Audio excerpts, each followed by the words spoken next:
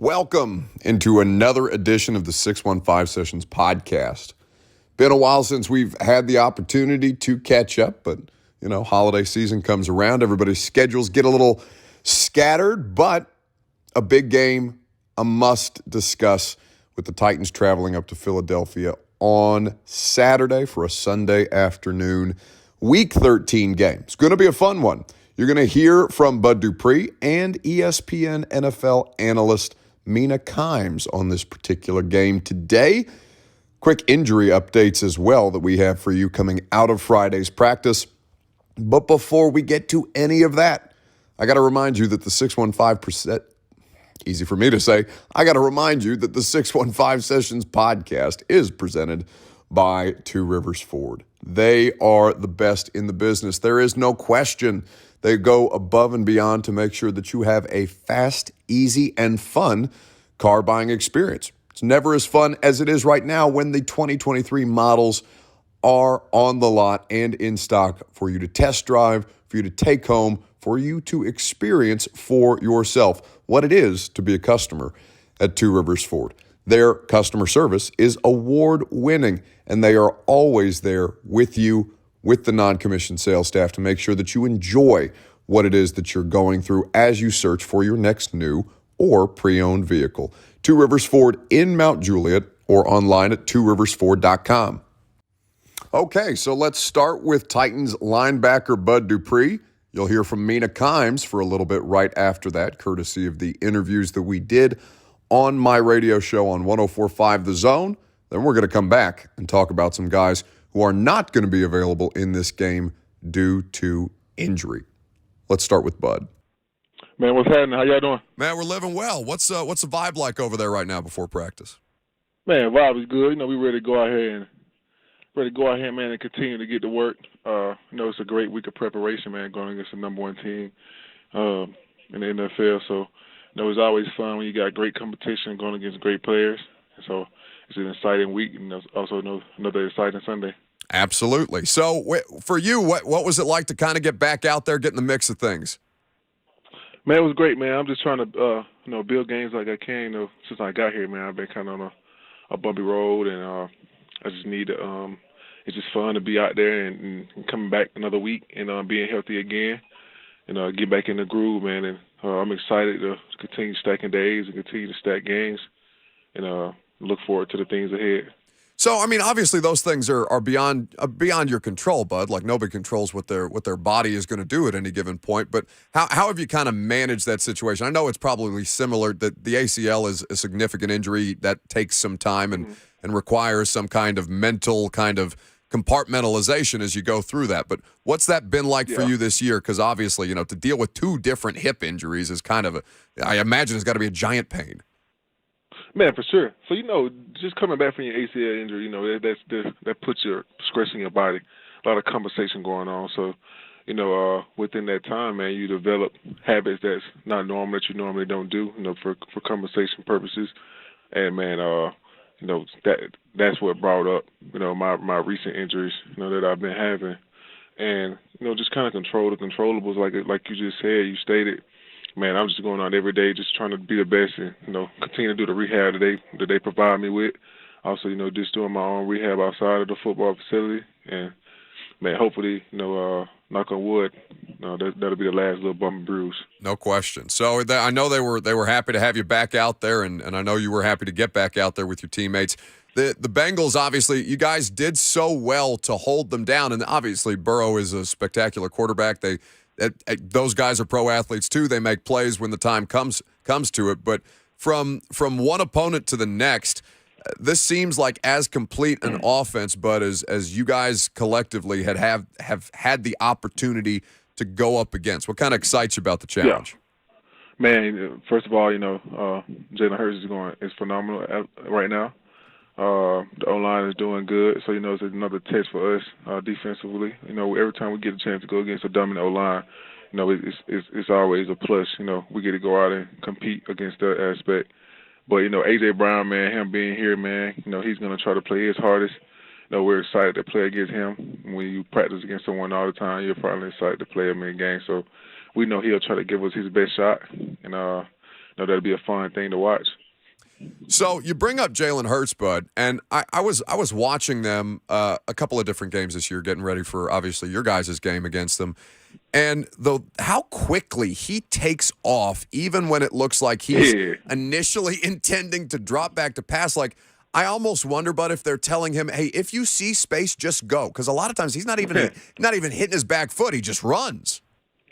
Man, for sure, and that lets you know that this type of playmaker that he is. He wants to put his team in the best position that he possibly can, and then when those situations presents themselves, he comes right away and he makes them pay for it. Especially if you don't have great rush lanes and everybody running upfield, and not really taking accountability that he is a very fast and elusive guy.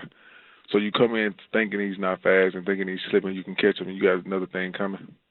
When do you ever, Bud Dupree, Titans linebacker here with us on 104.5 The Zone, when do you ever see an NFL offense run a quarterback draw on 3rd and 6?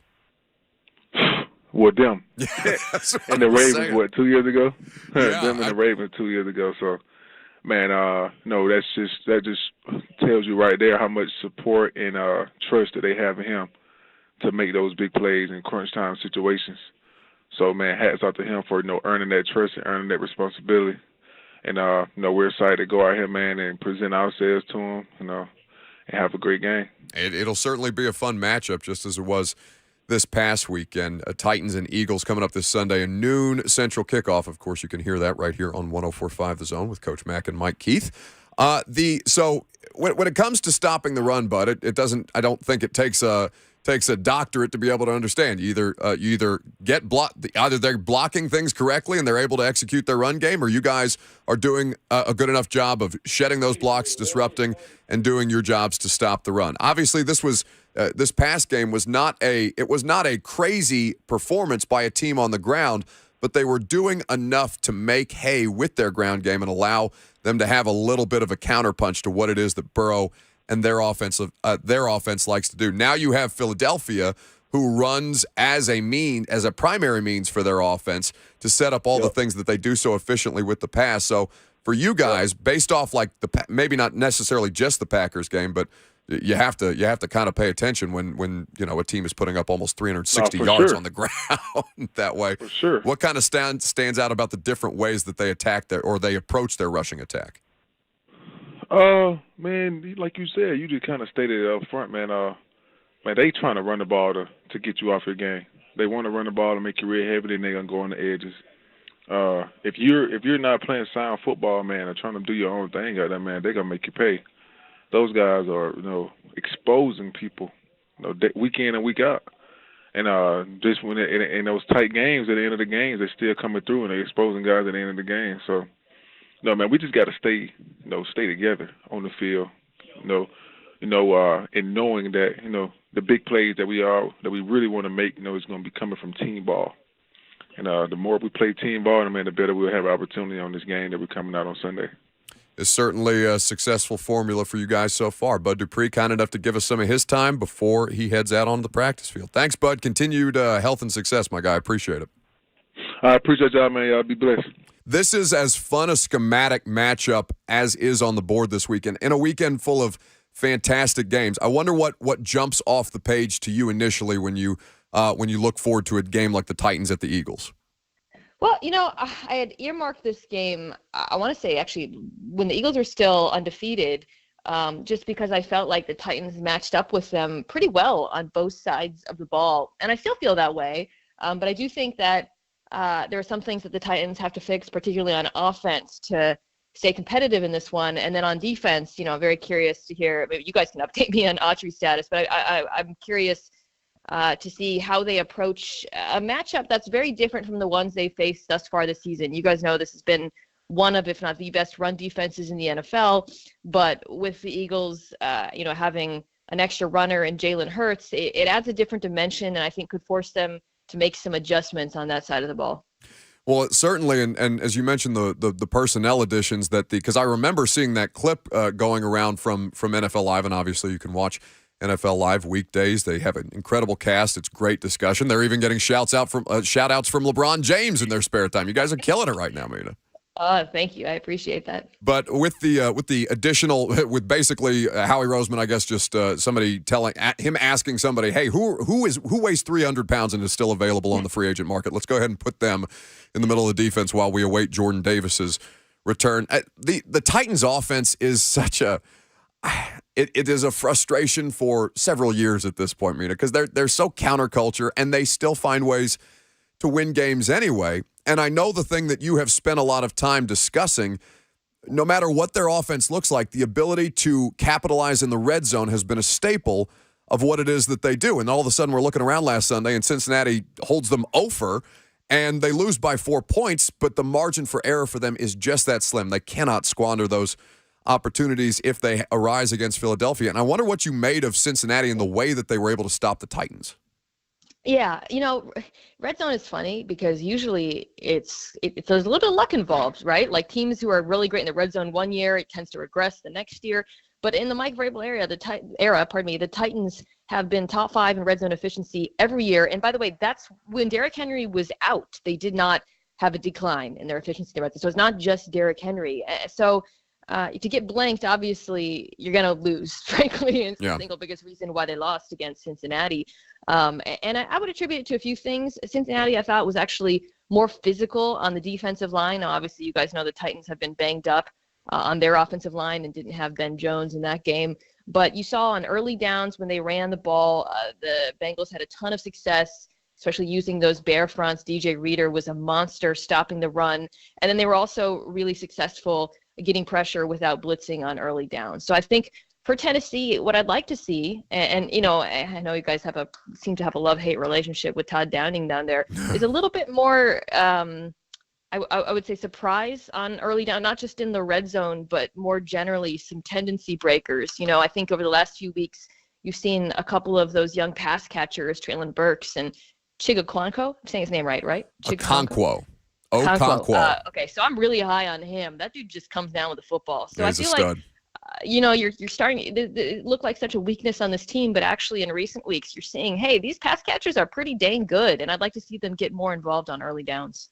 Yeah, they came out that way against the Broncos. It was bizarre to watch them pass on first down so much, and people were starting to, if you don't run Derrick Henry enough here, people start to lose their minds and pull their hair out, even if it's not the most efficient way, because that's just the nature of the way that people perceive things. But I would absolutely agree with that assessment. The Eagles' offense as complete as any in football this year? I actually don't think so. Okay. Candidly, because we haven't really. They've been tested, but we haven't seen them play from behind very much. And, of course, it is an offense that's built to play with a lead because of how good they are running the football. Now, they do have a bunch of change-ups. If you take away the run, stack the box against them, I'm curious to see how Titans approach that, given that they tend to play with light boxes. They can kill you with RPOs, with A.J. Brown and Devontae Smith. So they are very complete, but I don't think they're as complete or as dominant as, say, the Kansas City Chiefs. Okay, something to keep in mind. Mina Kimes, ESPN here with us, NFL Live weekdays. Check it out with the entire cast and crew. With Jalen Hurts, though, the way that they work so much of this around him and his ability to recognize just open space, not just in the middle of the field when it comes to the passing game, because obviously they're playing to his strengths there, but the way that he takes off before sometimes he even hits his back foot in the middle of his drop and just goes because he understands that he's going to be able to make a play there. Titans play so much man coverage in their dime situations, particularly on 3rd and 6+ this year, Mina. We've seen Patrick Mahomes kill him that way. We saw Burrow take advantage a couple of times. I don't necessarily know what the answer to that is. I don't know if you have a better one. Well, I definitely wouldn't do that. Yeah. I wouldn't play a ton of man against this team for the obvious reasons. And then I wouldn't do what the Green Bay Packers did, which is play almost entirely sub packages, including on early downs, and just basically seed the run altogether. Frankly, I think with the Eagles, and this is not to diminish Hurts or say that he's incapable of beating you this way, but you want to force them to beat you through the air. You want to try your luck with A.J. Brown and Devontae Smith downfield. The Bucs had a lot of success doing that last year in the playoffs. Now, this is a very different Eagles offense. Obviously, not just the addition of A.J. Brown, but also Jalen Hurts has progressed as a passer since then. But you can't let them kill you with, 7 to 10 yards a pop on the ground the way Green Bay did. At Mina Kimes is where you can follow her. You can watch her on television, on the NFL Live, on First Take. She's everywhere. She's got takes. She's got analysis. She's one of the best in the business, and we're grateful that she took a little time on this Friday. Mina, enjoy the football. Great conversations there, and grateful to Mina and Bud for making themselves available to me this week. Going to go through the injury report and see who's in and out for this game on Sunday at Philadelphia. I'm flying up tomorrow morning as we tape this podcast, and we'll experience my first game at the Link, which should be fairly rowdy, one would imagine. But first, the 615 Sessions podcast is made possible by Superbook Sports. That's where you go to wager on all the action, no matter what season it is. They accept wagers on every major sport. You download the Superbook Sports app. You'll love the clean and easy to use interface that they do provide. They even have the best odds boost and promo bets for your local teams as well as national teams if you choose to dabble in those. I've got a Tennessee tab in the app specifically for you to get those great odds boosts and promotions on the Titans, the Vols, the Preds, the Grizzlies, whomever you choose locally, as well as every other major sport. So download the Superbook Sports app today. Go to superbook.com for terms and conditions. Gambling problem, call the Tennessee Red Line, 1-800-889-9789. So, out for the Titans in this particular game, a couple of different players, some surprising, some not. Danico Autry, not a surprise. He will be unavailable. Cody Hollister has been ruled out for this game. Popped up on the injury report with a neck issue, limited on Wednesday, DNP Thursday and Friday, officially out. So I assume that has something to do with the Reggie Robertson practice squad signing, and we'll see who the team elevates on Sunday for this game. Elijah Molden, also a bit of a setback with the groin. Unfortunate, but he's missed so much time at this point. It's hard to really quantify what that kind of a loss means when you've had to live so much of this season without him. Notable, Randy Bullock, available to practice, full participant all week long. It's going to be his job as the kicker, assuming they green light him, and it looks like he has zero injury designation at this point. Ben Jones, also cleared from the concussion protocol, so the Titans center can get back in the mix of things. And that's a critical part. Their run game has really suffered without Ben in the lineup. I don't know if it's exclusively because Ben has not been in the lineup, but the offensive line does not look as effective executing the duo blocks, the combo blocks that they do so well to kind of get Derek to that fourth step and then let him make hay after that. We'll see how much better they look with Ben back on Sunday. It's going to be an interesting game. Theoretically, the Eagles have all the answers to the test in a way that Joe Burrow felt like he also did. And not having Danico Autry again for a second week, it certainly doesn't make your pass rush better. But it would be shocking to imagine a situation where the Titans had a game like they did this past Sunday against the Bengals, where they're held over in the red zone, where they really get little to no pressure on the opposing quarterback, and in addition to that, have a game-ending penalty situation the way that they did with Kevin Strong that did not allow them the opportunity with 1:53 left on the clock to try and put together a game-tying drive as they would have theoretically been able to do against Cincinnati. So we'll see how it plays out. I'll certainly be there.